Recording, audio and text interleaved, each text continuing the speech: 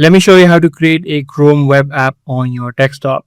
So what basically Chrome allows you to do is install any website as an application on your Windows device. So what you can do is just open up any website that you want to install as an application. And once you're inside of the website, just click on the three dotted line on the top right of the screen. And once you see on the bottom, you'll see the option called Cast, Save and Share. And right here, you'll see the option which says Install Page as App. So you can name this app whatever you'd like, click on Install.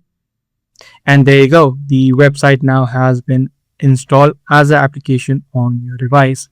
So you also will be able to see a desktop app that has already been installed on your device. So you can just double click on it and open it as a normal app that you do on your device.